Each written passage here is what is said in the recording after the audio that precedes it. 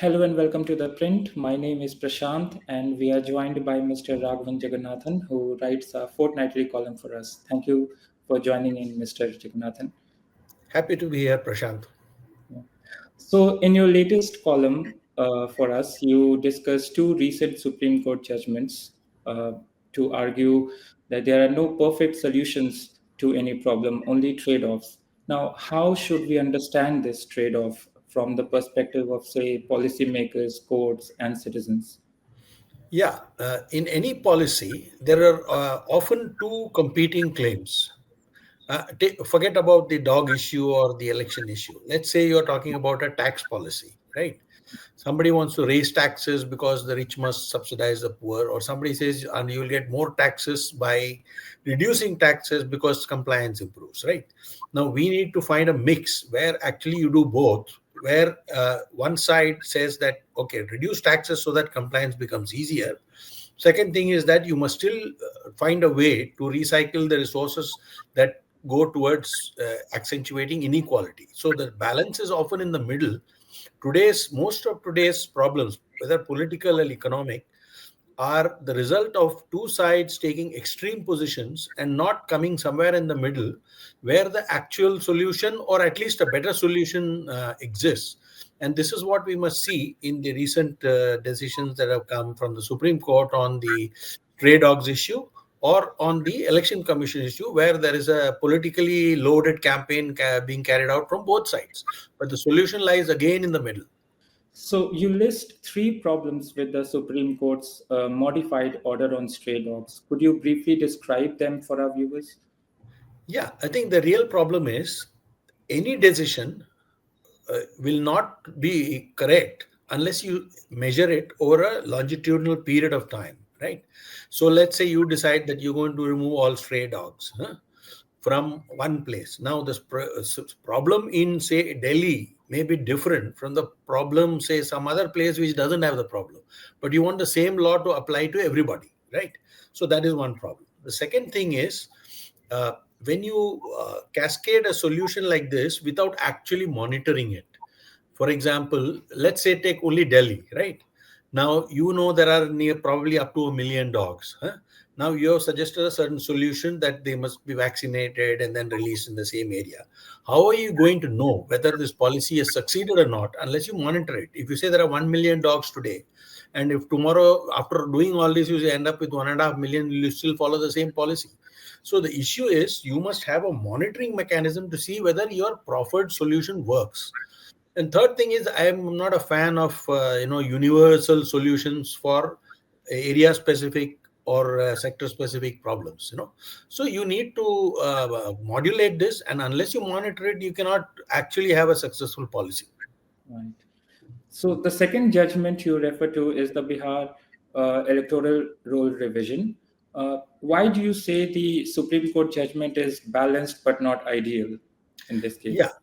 Yeah, see, the two things any democracy needs to do is see that people who are eligible to vote are there in the list, and people who are not eligible to vote are removed from the list or made sure they're on, right? Now, the middle ground, see, Bihar, we have very little time. In just a few months' time, the state is going to the elections. So you don't really have the time or the capacity or the resources to do a full-fledged job in just say the next 1 month or month and a half. So the Supreme Court is balanced in the sense that it said, look, those who guys who can't really produce that 11 documents that the Election Commission asked for, try and use their Aadhaar as well. So which means that the deliberate exclusion of people who merely couldn't produce the documents is excluded to the extent possible.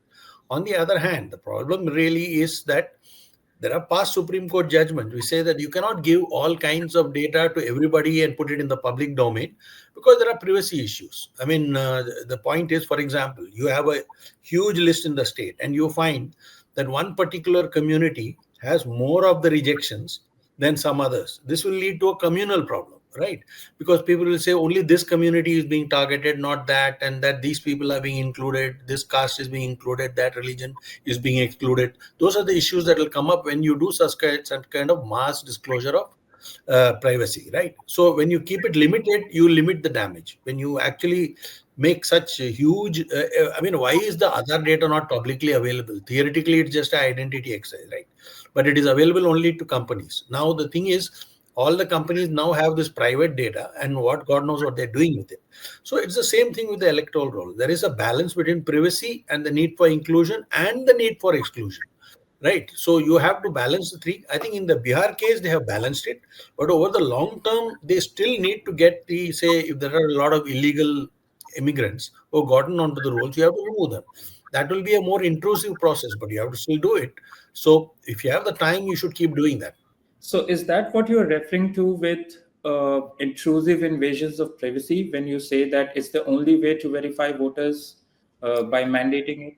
Yeah, Uh, because see what will happen. See, how do you know somebody is, let's say, a Bangladeshi citizen who is voting in Bihar or West Bengal, right? We only know it through some kind of a anecdotal evidence, right? We know that somebody was there and all. But if you really want to check whether somebody is there, you either need the cooperation of the Bangladeshi government, which will give you their voter list, and you will be able to compare the two and do that. The second possibility is that you'll have to go at home to each of these cases and find out what their real documents are, which you can't do because that's again an invasion of privacy, right? So it's not an easy thing to do, but you have to attempt it and clean it to the extent possible. You're not going to get a perfect voter list no matter what you do.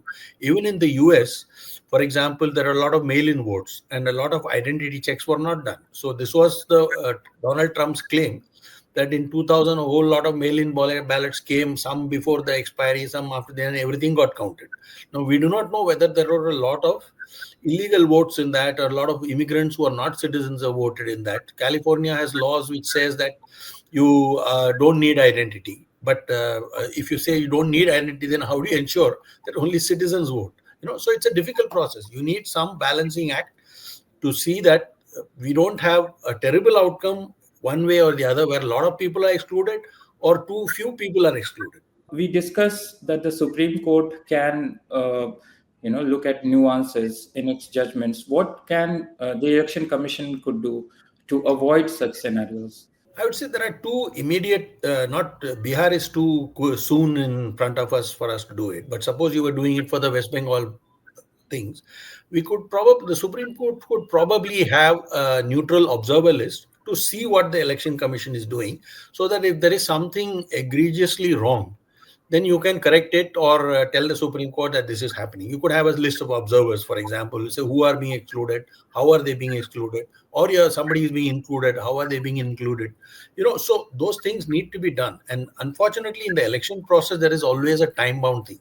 If you do it too soon, then people who are eligible and who are 18 will get excluded. If you do it too late, then there is too little time to actually verify. So it's better to have a long-term situation where there is some kind of citizen feedback, which is probably can be set up by the Supreme Court, even by political parties, by agreeing among themselves that these 3-5 observers are acceptable to all of us. Let them pass their comments on whether the lists are fair or not. I mean, so many solutions are possible, but none of them will be perfect. But we need to know, is this a better solution than what we are trying now, is what we need to know. So, like you say, that solutions lie in the spaces between the two extremes. What would that mean for cases like illegal migration or determining someone's citizenship? Yeah, I mean, I personally believe that we must have a national register of citizens, which must be done in a fair way, and where people are told upfront that even if you are not there in the list, we are not going to deport you. Huh? Meaning, because if that fear is there, then it's a genuinely Indian citizen who got excluded merely because he belongs to a certain community that can be excluded. So at the most, he's just losing his name in the voters list. But as and when his data is confirmed, he can get back into the list.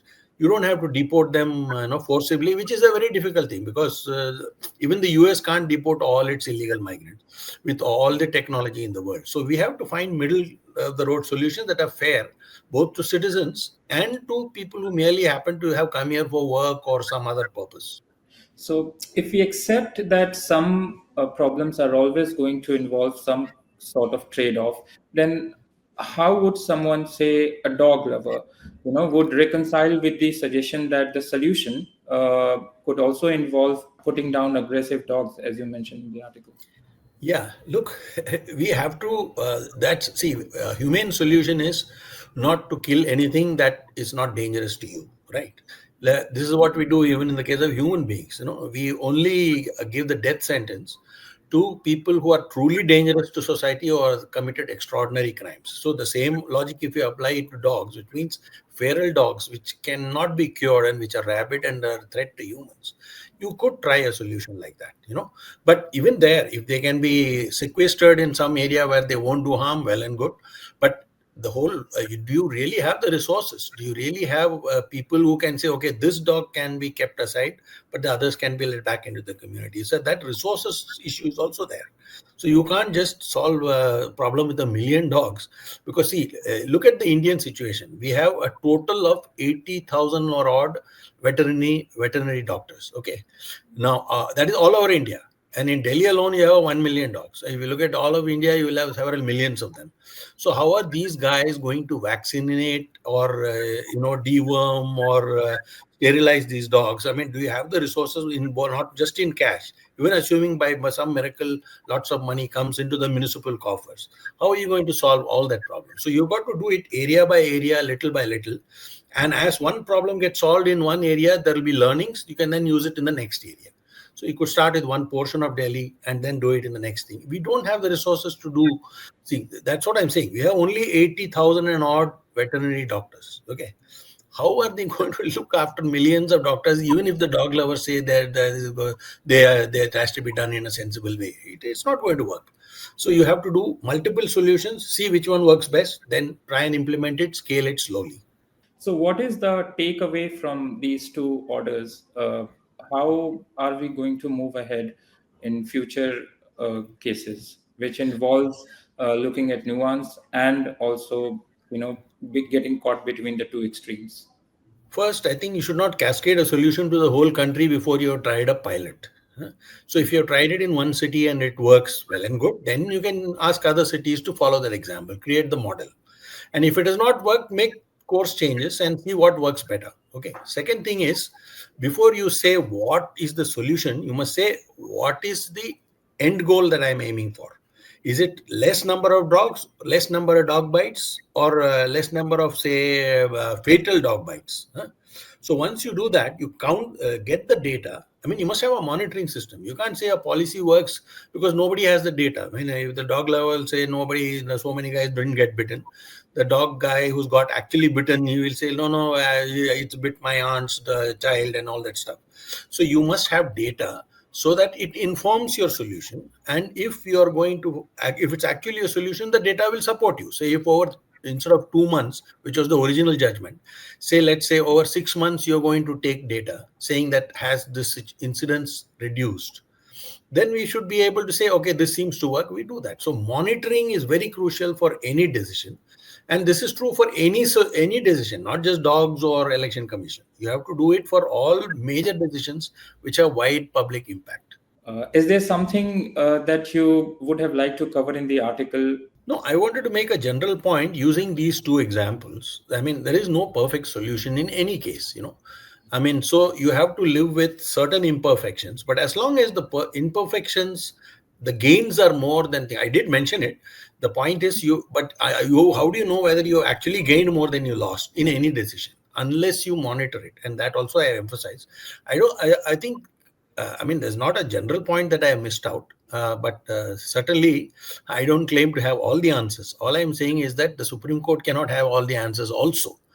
Because what are they? I mean, three guys sitting in robes and listening to two sides and coming to a decision. How can it be sure that what it has decided is right? Huh? Because you're not monitoring it. Huh? You just handed down a verdict from Delphi and said, okay, you earthlings do this. Now, we don't know what the earthlings will actually do. So monitor it, see if it works, and if it works, scale it up. So that's your message to the Supreme Court, as you mentioned, and uh, Congress leader Rahul Gandhi as well. No, to society in general. It's not just about Rahul Gandhi. I mean, you come to an individual, yeah, because he's been making such a big ruckus about SIR and vote chori and all that. Now, it can be happening, but we do not know for sure and the scale of it, right? So if you are suddenly going to say that the whole institution must be defamed because of that, that's a wrong thing, and it is a wrong even if the BJP were doing it. I mean, it doesn't matter who is doing it. In this case, it just happens to be him.